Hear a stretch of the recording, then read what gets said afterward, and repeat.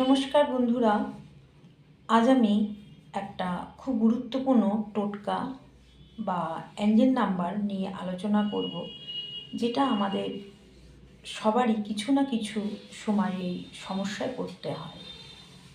বন্ধুরা, এই সমস্যাটা হলো হঠাৎ করে আমাদের কিছু টাকার প্রয়োজন হয়ে পড়ে।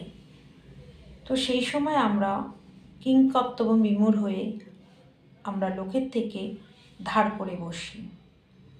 তো বন্ধুরা, এই অবস্থায় আপনারা একটি বিশেষ অ্যাঞ্জেল নাম্বার ব্যবহার করুন এবং অ্যাঞ্জেল নাম্বারটি যখন ব্যবহার করবেন এবং বিশ্বাসের সঙ্গেই এই অ্যাঞ্জেল নাম্বারটি ব্যবহার করে আপনারা সেই সমস্যার থেকে বেরিয়ে আসতে পারবেন।